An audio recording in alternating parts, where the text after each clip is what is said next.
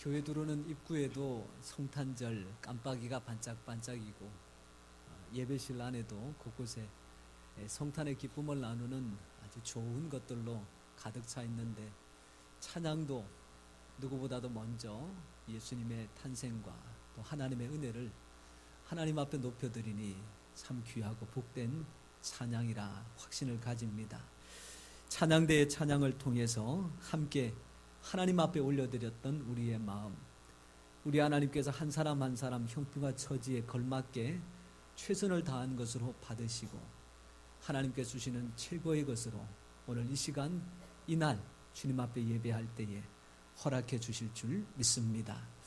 여러분, 누가 뭐래도 목도리와 장갑이 생각이 나고 붕어빵과 구운 고구마가 생각이 나는 시절입니다. 온돌방 시절을 기억하시는 분들은 바닥이 새카맣게 타고 누웠지만 그래도 이불 덮어놓은 아랫목에 원손 원발 집어넣으면 어느덧 스르하게 녹아내리고 나도 모르게 눈이 감겨서 아차 싶은데 1시간 2시간 잠을 잤던 기억들이 있으실 겁니다. 그때 그 이불 속은 차가운 10도 20도의 겨울 바람을 이겨낼 만큼 따뜻했노라, 그렇게 기억이 납니다. 그런데 뭐니 해도 가장 따뜻한 품은 어디일까요? 여러분이 한번 대답해 보십시오. 어디입니까? 뭐니 해도 제일 따뜻한 품은 하나님의 품입니다. 오늘 이 자리 예배하는 이 시간 우리 모두가 하나님의 품에 안겨 있습니다. 지난 한 주간에 무겁고 또한 마음을 아프게 했던 짐들은 그 하나님에게 하나하나 맡겨두시고 그 하나님 품 안에서 마음은 평안하고 몸은 강건하고 하늘의 천국에 분명한 확신과 소망을 가져 우리의 모든 것들을 회복시켜 주시는 하나님의 은혜가 있기를 축원합니다. 이렇게 하나님의 따뜻한 품에서 살아가기를 소망하는 사람도 먹어야 삶을 살아갈 수 있는데, 사람이 먹어야 될 것은 몇 가지가 있습니다. 첫 번째로는 음식을 먹어야 됩니다. 잘 잡수셔야 됩니다. 좋은 것, 기름진 것, 비싼 것 많이 먹는다고 좋은 게 아니라 영양가가 있는 것들을 골고루 섭취하셔야 그것이 몸에도 좋습니다. 그런데 음식을 먹을 때 꼭 필요한 게 있습니다. 다름 아니라 적당한 운동이 동반되어져야 됩니다. 잘 먹되 운동하지 않는 것보다 조금 부족하게 먹더라도 운동을 잘 하면 이 차가운 겨울도 감당할 수 있을 만큼 관리가 잘 될 겁니다. 두 번째로 사람이 먹어야 될 것은 사랑입니다. 여러분, 육체는 건강한데 사랑을 맛보지 못한 사람의 마음은 냉랭하고 메말라 있습니다. 그때에 사랑을 주고받아 먹으면 그 냉랭한 가슴에 따뜻한 온기가 넘치고 감성이 풍성하여져서 온전한 인격체로 성장하고 성숙해 갈 수 있습니다. 세 번째로 음식을 먹어 건강한 몸과 사랑을 통하여 감성이 풍부한 인격이 삶에서 만나는 여러 가지 일들을 능히 감당하기 위해서 한 가지 더 먹어야 될 것이 있습니다. 저는 그것이 다름 아니라 칭찬이라고 생각을 합니다. 여러분들 왜 읽거나 읽지 않았거나 그 제목은 기억하시잖아요. 칭찬은 무엇도 춤추게 한다. 고래도 춤추게 한다. 여러분, 그 동물에 있는 돌고래 생각하시면 안 됩니다.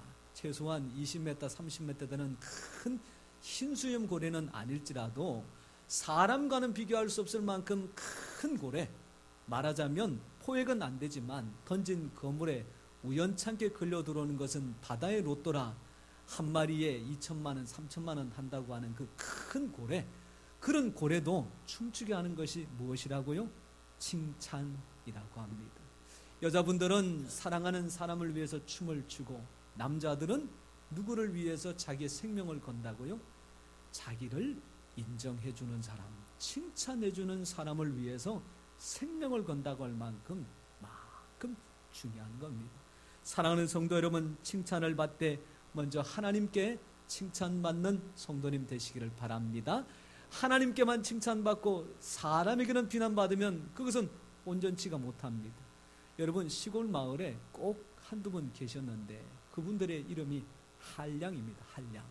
한량이라는 분들이 맨날 먹고 마시고 놀아서 한량이 아니고, 옆집 사람이 도와달라 그러면 그 집에 가서는 물보를 가지 않고 일을 다 합니다. 추수철에 추수할 때에, 모내기 할 때, 모 심을 때에 그렇게 열심히 일하더니 정작 자기 집에 가족들이, 아내가 모 심자 그러면 허리 아프다고, 추수하자 그러면 아이고 요즘 공기가 나쁘다고 안 나가는 거예요. 그러니까 가족은 소갈이 하는데 바깥의 사람은 너무너무 좋게 여기는 그런 사람, 한량이라고 이야기하는데, 우리는 한량되면 안 됩니다. 하나님께 칭찬받고 또 누구에게, 사람에게도 칭찬받고.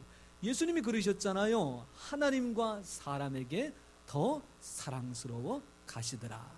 세례 요한이 그랬단 말입니다. 하나님과 사람에게 은총을 받더라. 사무엘이 그랬단 말입니다. 여호와와 사람들에게 은총을 더욱 받더라. 하나님께도 칭찬, 사람들에게도 인정. 그런 것이 우리 믿음의 삶인 줄 믿습니다. 여러분, 그런데 이 칭찬에도 분명히 원리가 있습니다. 여러분 잘 한번 들어보십시오. 오는 말이 고와야 가는 말이 곱습니까? 가는 말이 고와야 오는 말이 곱습니까? 오는 말이 어떻게? 오는 말이 고와야 가는 말이 고와요? 가는 말이 고와야 오는 말이 고와요? 가는 게 먼저입니까? 오는 게 먼저입니까? 가는 게 먼저예요. 성경은 어떻게 되어 있을까요? 성경은 주는 게 먼저입니까? 받는 게 먼저입니까? 성경에 보니까 주는 것이 받는 것보다 더 복되다, 더 좋다. 성경의 말씀에 보니까, 여러분 칭찬 듣고 사랑받는 것 좋지만 그것보다 더 좋은 것은 어떻게 해요? 사랑하고 칭찬하는 게 훨씬 더 좋습니다. 누가 나를 칭찬하지 않느냐 생각하면 삶이 고단합니다. 누가 나를 사랑해 주지 않느냐 생각하면 날마다 상처가 됩니다. 10마디 칭찬에 한마디 서운한 이야기, 사람의 마음에 비수같이 꽂혀듭니다. 그런데 내가 누군가를 칭찬하고 사랑하고자 하면 누구를 만나더라도 마음의 상처가 아니라 그를 사랑하고 칭찬해 줄 수 있습니다. 먼저 사랑받기 전에, 칭찬받기 전에 사랑하고 칭찬하는 더 복된 성도님 다 되시기를 축원합니다. 오늘 말씀해 보니까 칭찬하는 사람이 있고 칭찬받는 사람들이 있는데, 칭찬하는 사람이 누구냐 봤더니 사도 바울입니다. 칭찬을 받는 사람들은 누구냐 봤더니 사도 바울이 개척한 데살로니가 교회의 성도들 한 사람 한 사람을 놓고 칭찬하고 있습니다.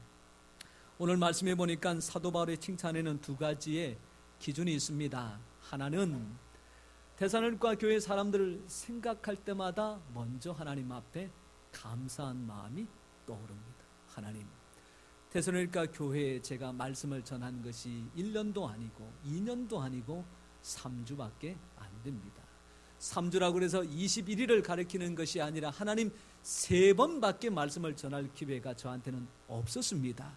그런데도 불구하고 그 교회가 제가 떠나간 이후에 더 믿음의 사람, 또한 사랑의 사람, 소망의 사람으로 이렇게 살아가고 있다는 것을 볼 때에 너무너무 감사합니다고 하는 거죠.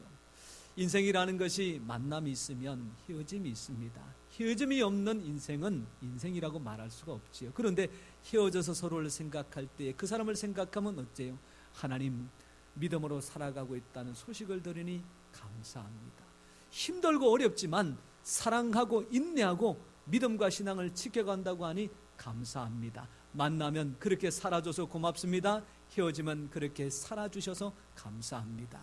만나면 서로가 사랑하고 축복하고, 헤어지면 생각할 때마다 감사하여 하나님 앞에 살아가는 우리 공동체가 되기를 축원합니다.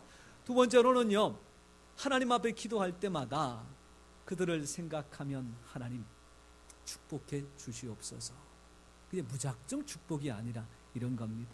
하나님, 신앙생활 하는데 너무너무 마음이 아픕니다. 저렇게 가면 안 되는데 하나님 좀 도와주세요, 살펴주세요. 이런 기도가 있고, 하나님, 저 사람을 축복하지 않으면 누구를 축복하실 겁니까? 저 사람을 하나님께서 축복해서 세우지 않으면 어떤 사람에게 축복을 내서 그에게 증거를 삼으시겠습니까? 데살로니가 교회의 성도들을 하나님 마음껏 축복하여 주시옵소서. 그렇게 칭찬하고 있습니다. 사랑하는 성도 여러분, 데살로니가 교회가 칭찬받는 모습이 오늘 이 자리에 나 있는 우리 모든 목양교회 성도님들의 모습이 되기를 축원합니다. 그렇다면 사도 바울이 칭찬하는 중요한 내용들이 과연 무엇일까? 우리 한 가지씩 한번 살펴보겠습니다. 오늘 말씀해 보니까 3절에 그 칭찬하는 내용 3가지가 기록되어져 있습니다. 우리 같이 한번 읽어볼까요?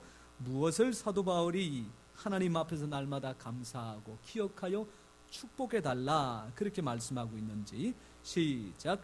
너희의 믿음의 역사와 사랑의 수고와 우리 주 예수 그리스도에 대한 소망의 인내를 우리 하나님 아버지 앞에서 끊임없이 기억함이니. 아멘. 데살로니가 교회는 첫 번째로 믿음의 역사가 있는 교회라 칭찬받았습니다. 우리 목양교회도 하나님 앞에서 믿음으로 역사하는 교회로 칭찬받고 인정받기를 축원합니다. 여러분, 예수님께서 오셔서 많은 병자들을 고쳐주셨는데 그 병자들의 기준과 원칙이 뭐냐 봤더니 다들 불치병입니다. 여러분들, 옛날에 문둥병은 이건 사람이 고칠 수 없는 질병입니다. 옛날에 중풍병은 한 번 걸리면 회복이 불가능한 병입니다. 여러분, 한 번 눈을 보지 못하는 장님이 되었다. 예수님 시대에는 한 번 장님이 되면 일평생 못 보고 살다가 세상을 떠난 것이지, 어떻게 하다 보니까 눈이 떠져졌다, 공양미 300석을 드렸더니 떠져졌다, 이거는 불가능한 일들입니다. 그런 불치병들, 환자들을 만났을 때에 예수님께서 그래도 착하게 살았는지 물어보시지 않았습니다. 집안이 좋은지 물어보시지 않았습니다. 집안이 어떻게 학벌이 좋으냐 이런 거 물어보시지 않았습니다. 병을 고쳐주면 충성되이 헌신할 것이냐 이런 거 묻지 않으셨습니다. 하나하나 다 묻지 않으시고 한 가지 물어보신 게 있습니다. 내가 너를 고쳐줄 것을 믿느냐? 내가 너를 고쳐줄 하나님의 아들이라는 것을 믿느냐? 하나님의 아들로 온 예수인 내가 너를 고쳐줄 것을 믿느냐? 그거 하나만 물어보셨습니다. 그럴 때에 믿음 없는 자가 하나님, 예수님 믿음 없는 것을 불쌍히 여겨달라고, 믿음 없는 자가 내게 믿음을 더하여 달라고, 연약한 믿음 있는 자가 강건한 믿음을 달라고 할 때 예수님께서 너는 왜 믿음을 못 가졌느냐 그렇게 손가락질 하시며 책망하시지 않고 오히려 한 사람 한 사람을 긍휼히 여기시고 위로하고 격려하시사 믿음을 더하여 주셨습니다. 그리고 마지막에 말씀하셨지요. 믿음대로 될지어다 말씀하신 적 백부장의 죽을 병에 걸린 하인이 고침을 받고, 문둥병으로 고통당하는 자가 깨끗하게 나음을 입고, 중풍병자가 누웠던 자리를 자기가 들고 일어나 걸어가는 역사가 있는 줄 믿습니다. 오늘 이 자리에 나온 우리가 주님 앞에 보일 것이 선한 일, 착한 일, 좋은 일, 그런 일들이라면 아마 우리에게는 힘들고 어렵고 고달픈 것밖에 없을 겁니다. 그렇게 못했을지라도, 그렇게 하지 않았을지라도 하나님, 나는 하나님 앞에 나와 있습니다. 하나님은 마음이 넓으신 분이시고 하나님은 나의 형편과 처지를 아시는 분이시고 그 하나님 밖에는 나의 생명이 없다는 것을 확신하고 주님 앞에 엎드릴 때에 그의 믿음을 보시고 긍휼을 베풀어 주실 줄 믿습니다. 여러분, 제가 아는 분 중에 많은 사람은 모르지만 참 이분 기억이 나서 잠깐 한번 소개해 드리려고 합니다. 김용태 장로님이라고 하는 분이 계셨는데 지금부터 40년, 50년 전에 군입대를 했습니다. 지금이야 그래서는 안 되지만 40년 전, 50년 전에는 군에 계급장 달고 있는 사람 한 사람만 알아도 군 생활이 편할 수도 있고 힘들 수도 있고 그게 결정이 됩니다.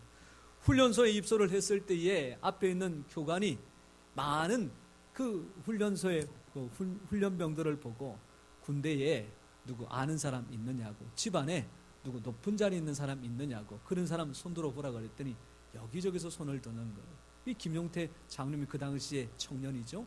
청년 손을 번쩍 들었습니다. 그랬더니 그 사람들을 다 데리고 따로 사람들을 모아놓고 묻기 시작하는 거죠. 너는 아는 사람 누가 있어? 그랬더니 예, 저희 큰아버님이 육군 소장님으로 무슨 사단의 사단장으로 계십니다. 오, 그래, 너 이쪽으로 와. 너는 누가 있니? 그러니까 제가 아시는 분이 우리 학교의 선배님이신데 그분이 해군 함장님으로 계십니다. 그래, 너도 그럼 이쪽으로 와. 또 한 사람, 너는 누가 알아? 그랬더니 저는 이 부대의 주임 상사님이 바로 저의 삼촌이십니다. 여러분, 멀리 있는 별단분보다요, 저기 바다에서 배 끄는 함장님보다요, 부대의 주임 상사라고 하는 것이 끝발이 더 좋습니다. 그 부대에서는 최고거든요. 그러니까 얘는 뭐 처음부터 야, 너는 열해. 그래서 처음부터까지 군생활을 편하게 하게 되는 거지. 드디어 이 김용태 청년에게 그 교관이 묻습니다. 너는 군대에 아는 사람 누가 있어? 그랬더니 이 사람이 대뜸하는 이야기가 저는 하나님이 있습니다. 그렇게 대답했단 말이에요. 기가 막히잖아요. 이 녀석이 장난치냐 그러면서 두들겨 펴고 그 다음에 엎드려 뻗쳐 시키고 실컷 고생시킨 다음에 어떻게 된 건지 그 훈련병을 다른 곳이 아니고 의무대로 배정을 했습니다. 여러분, 의무대가 환자를 돌보는 곳이라 피를 많이 보겠구나, 고생하겠구나, 물론 그럴 수도 있지만 군대에서는요, 훈련도 열애가 되고요, 점호도 빠지게 되고요, 하여간 괜찮은 보직 중에 하나가 그런 의무대입니다. 그런데 그 의무대 배정받아서 딱 갔더니 세상에 거기 의무대에 장교 한 사람이 있는데 간호장교예요. 여자분이에요. 세상에 이 사람하고 눈이 딱 맞아가지고 두 사람이 결혼했다는 거 아닙니까? 아내를 의사로 맞았던 이 김용태라고 하는 청년이 자기가 생업이 있었음에도 불구하고 삶 가운데에 하나님의 교회와 또한 하나님을 감당하는데 하나 걱정하지 않고 잘 감당했다라고 하는 이야기인데, 이 김용태 장로님의 백은 누구였겠습니까? 하나님이셨습니다. 혹시 교회 올 때에 악어 가죽 백 들고 오신 분, 내 백은 악어 가죽인데 그러지 말고 내 백은 하나님 한 분이라, 그런 믿음을 가지시기 바랍니다. 통장에 있는 잔고가 많아서 내 백이라고 생각하면 불어나봐야 이자밖에 안 됩니다. 요즘 이율도 낮아가지고 1년 2년 묶어놔도 눈에 띌 만큼 이자가 안 나옵니다. 주식 해봐야 오르락 내리락 마음도 상하고 걱정되고 피를 말리는 일들만 반복됩니다. 땅을 사고 집을 사놔도 요즘까지 올랐다 내렸다 이런 시절에는 믿는 도끼에 발등 지키는 일도 한두 번이 아니죠. 그러나 하나님을 믿고 나아가면 하나님은 변함이 없으시고, 하나님을 믿고 나아가면 하나님은 나를 사랑하시되 끝까지 사랑하시고, 하나님을 믿고 나아가면 하나님은 내가 원하는 것보다 더 좋은 것을 주시는 분이시기 때문에 그분을 나의 믿음의 대상으로 삼는 자가 가장 복된 줄 믿습니다. 히브리서 16장 11장 6절 말씀을 반드시 기억하십시오. 믿음이 없이는 하나님을 기쁘시게 못하나니 하나님께 나아가는 자는 반드시 그가 계신 것과, 하나님 계십니다. 하나님 살아계십니다. 살아계신 하나님 우리의 기도를 들으십니다. 우리의 기도를 들으신 하나님 응답해 주십니다. 그 응답은 내가 바라는 것이 아니라 나의 기도보다 더하여 주시고 나의 구하는 것보다 더 주시는 것이 하나님의 응답입니다. 우리에게 좋은 것 성령까지도 주시겠다고 약속하신 하나님, 그 하나님을 믿고 의지하여 참된 복을 누리시는 성도님 되시기를 축원합니다. 두 번째로요, 테살로니가 교회가 칭찬받은 것이 사랑의 수고가 있는 교회이기 때문에 칭찬을 받았습니다. 3주 동안 복음을 전했던 테살로니가 지역에 믿는 자의 수가 얼마나 되느냐, 사도행전 17장 4절 말씀해 보니까 유대인들 중 몇 사람과 경건한 헬라인의 큰 무리와 적지 않은 귀부인들이라고 소개하고 있습니다. 여러분, 여기 귀부인이라고 하는 것은 어쨌든 간에 신분이 높고 삶의 여유가 있고 다른 사람들이 부러워할 만한 대상인 것은 맞는 이야기입니다. 그런데 데살로니가 교회에 모든 성도들이 대부분 다 이런 위치에 있었느냐? 부유하고 지위가 높고 권세가 있고 명예를 가지고 있는 사람들이 있었느냐 봤더니 그렇지는 않다는 겁니다. 여러분, 사도 바울의 성품이 냉철하잖아요. 정말로 정의와 불의를 확연하게 구분하는 사람입니다. 말씀과 비진리를 엄격하게 나누는 사람들입니다. 그래서 고린도 교회의 문제는 신랄같이 불러내가지고 하나하나 지적하면서 이거는 잘못됐으니 고쳐야 된다, 그렇게 얘기했던 것이 사도 바울입니다. 그런데 데살로니가 교회에 대해서는 부유한 사람들에 대한 잘잘못에 대한 이야기가 하나도 없습니다. 권세 있는 자들, 명예 있는 자들에 대하여 고쳐라, 바르게 하라, 그런 말씀이 하나도 없습니다. 그 모든 사람들이 잘 살아서 그런 게 아니라 그 교회 대부분의 성도들은 사실 가난하고 평범한 삶을 살아갔다라고 하는 것이 바로 그 증거입니다. 가난함에도 불구하고 그 교회가 사랑으로 수고하는 일이 넘치고 넘쳐서 그 교회의 소식이 멀리 있는 사도 바울에게까지 들리니 그것이 사도 바울 마음속에 기쁨이 되고 하나님 앞에 칭찬하는 데살로니가 교회의 모습이라고 하는 이야기죠. 여러분, 대한민국에 사는 분들이고 주소지를 둔 분이면 1년에 한 차례씩 꼭 고지서 하나를 국가로부터 받게 됩니다. 물론 국가에서 위탁을 했지요.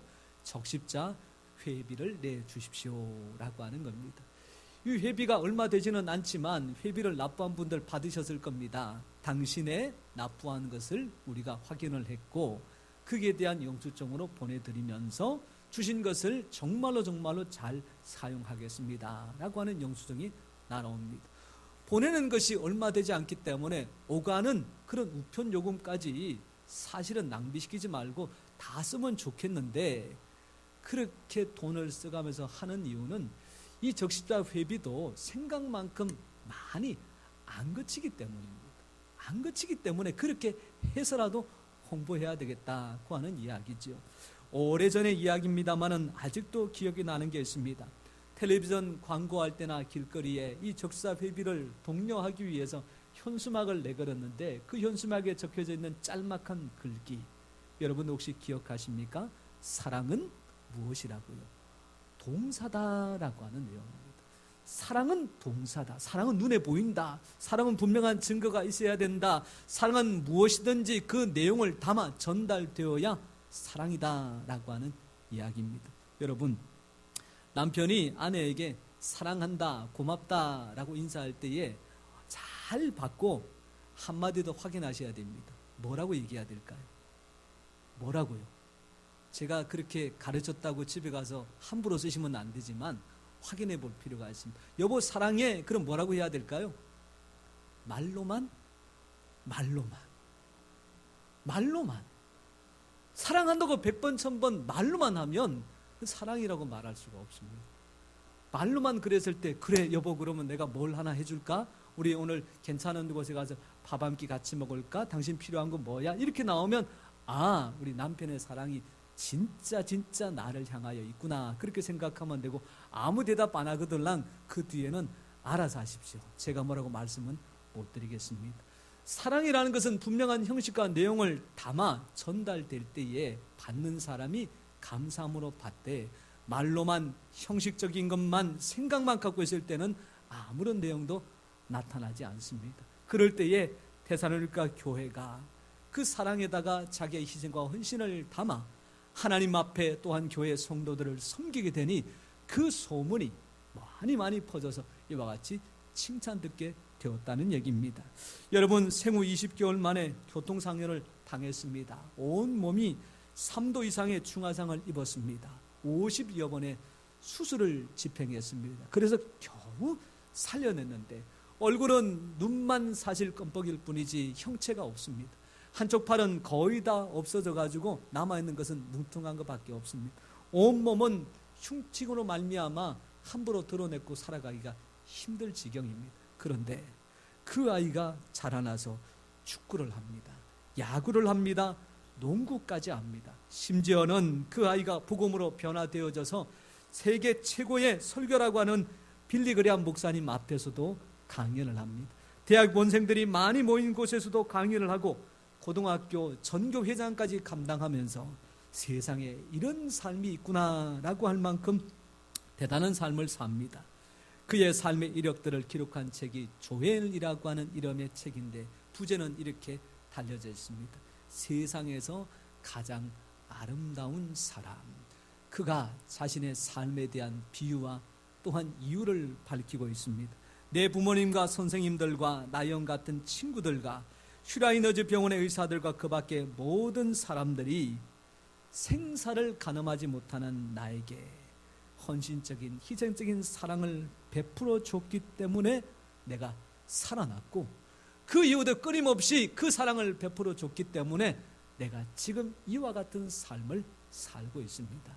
사랑하는 성도 여러분, 부모님의 변함없는 그 따뜻한 사랑은 죽음 앞에 서 있는 아들을 살려내고 오히려 많은 사람들에게 절망과 또한 시리에 빠져있는 자들에게 희망을 주는 사람으로 변화시켜줬습니다. 선생님들과 친구들의 따뜻한 말 한마디와 격려는 그 아이에게 삶을 살아가고자 하는 소망을 갖게 만들었고, 그것으로 말미암아 누구도 상상하지 못했던 놀라운 삶을 살아가게 만들었습니다. 여러분, 내가 하는 사랑이 비록 작을 수 있습니다.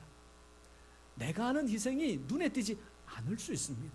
그러나 마음을 담아 내가 희생하여 누군가에게 베풀면 그것은 씨앗으로 심겨져서 지금은 표시나지 않습니다마는 시간이 지나 하나님께서 기름을 주고 햇빛을 주어 물을 주어 살려내고 성장케 하면 그곳에서 겨자씨 같은 큰 나무가 되고 때로는 100배로 60배로 30배로 결실케 하는 하나님의 역사가 나타날 줄 믿습니다. 이 귀한 사랑의 희생과 헌신을 담아 하나님 앞에 온전히 내어놓을 때에 우리 하나님께서 그것을 통하여 많은 생명을 살려내고 사랑하는 나의 가족들에게 참된 기쁨과 행복을 가져다 줄 믿습니다. 세 번째로요, 데살로니가 교회가 칭찬받은 마지막 세 번째는 소망의 인내가 있는 교회라, 그렇게 칭찬을 받았습니다. 사도 바울이 기록한 서신들이 많이 있습니다. 그 서신들을 연대순으로 정리하면 제일 먼저 기록한 서신, 즉 성경이 갈라디아서입니다. 그 갈라디아서는 신앙의 뼈대를 만드는 겁니다. 그러다 보니까 좀 딱딱하기는 하죠. 그러나 그 말씀을 제대로 읽고 신앙의 원리를 딱 맞추면 세상 어떠한 세파가 몰아오더라도 흔들리지 않는 믿음을 가질 수가 있습니다. 두 번째로 쓴 서신이 바로 오늘 우리가 읽었던 데살로니가 전서와 후서의 말씀인데, 이 말씀에는 신앙의 삶과 원리들이 다 담겨져 있고 이런 삶을 살아갈 때에 원동력, 즉 살아가게 만드는 힘과 능력이 어디에 있느냐 밝히고 있는데, 그것은 다름 아니라 예수님께서 다시 오신다라고 하는 것, 또한 내가 죽으면 영원한 천국에 반드시 간다라고 하는 것, 재림에 대한 이야기고 예수님께서 다시 오신다고 하는 강림에 대한 이야기입니다. 사도 바울이 복음을 전하면서 얼마나 많은 고난을 당합니까? 핍박을 받습니다. 모욕을 받습니다. 믿음 때문에 받는 어려움입니다. 그런데도 불구하고 그것을 이겨내고 극복하는 이유는 주님 얼마 있으면 다시 오실 텐데, 내가 이 땅에서 살다가 죽으면 나는 영원한 천국 갈 텐데 까짓거 이 어려움 내가 감당하고 이겨내면 되지, 여기서 내가 왜 지고 포기하느냐? 그것이 사도 바울에게 힘과 능력이 되었다는 말씀입니다. 사랑하는 성도 여러분, 주님 오실 날 얼마 남지 않았습니다. 먼 미래라고 하는 말도 사실은 맞는 말이 아닙니다. 그러나 오늘이 아니라고 하는 말도 맞는 말은 아닙니다. 오늘일 수도 있고 먼 미래일 수도 있으나 사실 그날은 생각만큼 멀지 않은 날, 주님 반드시 다시 오시고 그럴 때에 우리 모두가 주님과 함께 들림을 받아 영원한 천국, 세상에서 상상해도 틀 것만큼도 비교할 수 없을 만큼 그 영원한 천국에 주님과 함께 영원히 살아가게 될 줄 믿습니다. 그 믿음과 신앙을 가질 때에 삶의 힘과 능력을 갖게 되는 겁니다. 믿음 좋으신 권사님 한 분은 비행기를 타고 미국에 있는 딸을 만나러 가는 길입니다. 사실 그 권사님에게는 딸이 둘이 있었는데 큰 딸은 안타깝게도 권사님보다 먼저 세상을 떠나 하나님의 부름을 받았고 이제 남아있는 둘째 딸을 오래간만에 만나기 위해서 가는 길입니다. 여러분, 미국까지 가는 길에 시간이 꽤 많이 걸리기 때문에 이 권사님이 성경도 읽고 또한 기도도 하고 또한 뜨개질 거리 갖고 갔기 때문에 그것을 하나하나 뜨개질을 하고 있습니다. 한 가지 좀 여쭤볼까요, 여러분? 우리가 이용하는 교통수단이 자동차, 그 다음에 기차, 배, 비행기, 기타 등등 있습니다. 이 네 가지 교통수단 중에 사고율이 가장 높은 게 자동차겠습니까? 기차겠습니까? 배겠습니까? 비행기겠습니까? 사고율이, 사고 건수가 아니고 사고율이 제일 높은 거, 사고율이 제일 높은 게 안타깝게도 비행기입니다. 숫자에 비해서 사고 나는 율이 많다라고 하는 이야기죠. 괜찮을 줄 알았는데 이 비행기가 상공에 올라서서는 갑자기 흔들기 시작하고 비행기 안에서 경적이 울리고 또한 승무원들이 다급하게 안전방송을 하고 또한 비행기 승객들에게 안전조치에 대해서 막 이야기를 합니다. 걱정이 됐던 어떤 사람은 소리를 지르고 땅바닥에 엎드리기도 하고 아수라장이 되고 많은 가운데에 이 권사님 옆에 있었던 한 사람이 권사님을 바라보는데 세상에 이 권사님은 그런 가운데서도 표정 하나 변하지 않고 평온한 모습으로 있더라는 얘기죠. 시간이 얼마 지나지 않아서 비행기는 다시 안정을 찾고 모든 사람들이 정신을 차리고 자기의 몸무새를 가다듬을 때에 궁금해서 한 가지 물어봅니다. 아주머니, 어떻게 그렇게 위태로운 상황 속에서도 그처럼 침착하고 태연한 모습을 보일 수 있습니까? 권사님이 웃으시면서 하는 얘기. 제게는 딸이 둘이 있습니다. 큰 딸은 지금 천국에서 살고 있고 둘째 딸은 미국에서 살고 있습니다. 만약 이 비행기가 잘못되어서 추락한다면 저는 천국에 살고 있는 큰 딸을 만나게 될 것이고 하나님이 저를 어떻게 인도하시는지 간에 비행기가 안전하게 미국에 도착하면 보고 싶었던 둘째 딸을 만나는 기쁨을 누릴 겁니다. 저는 어느 것이든지 하나 힘들거나 어려울 게 없기에 이런 가운데서도 마음의 평강을 간직할 수가 있습니다. 사랑하는 성도 여러분, 물질의 힘을 가지고도 살 수 있습니다. 사람의 관계의 힘을 가지고도 버텨낼 수 있습니다. 그러나 잠깐일 뿐이고 하나 넘어가면 또 다른 산이 찾아오고 산 하나 넘으면 또 다른 계곡이 들어와서 어차피 인생은 계속해서 방황하고 그렇게 살아갈 수밖에 없습니다. 그런데 우리 하나님 영원한 천국, 그 천국은 어떤 가운데도 변하지 않습니다. 달라지지 않습니다. 그 천국을 예비하신 하나님은 우리에게 한결같으신 분이십니다. 그 하나님을 만나는 소망, 그 하나님의 간다는 분명한 확신, 그것이 오늘날 이런 시대를 살아가게 만드는 힘이 될 것을 확신합니다. 이런 귀한 믿음의 역사, 사랑의 수고, 소망의 인내를 가지고 칭찬받았던 데살로니가 2000년 전의 교회가 있다면 2000년 뒤에 하나님께서 두루 세상을 감찰하실 때에 우리 목양교회 성도님 한 사람을 한 사람을 보시면서 데살로니가 교회와 같이 칭찬하시고 기억하시는 복된 삶 꼭 되시기를 축원합니다. 기도하겠습니다.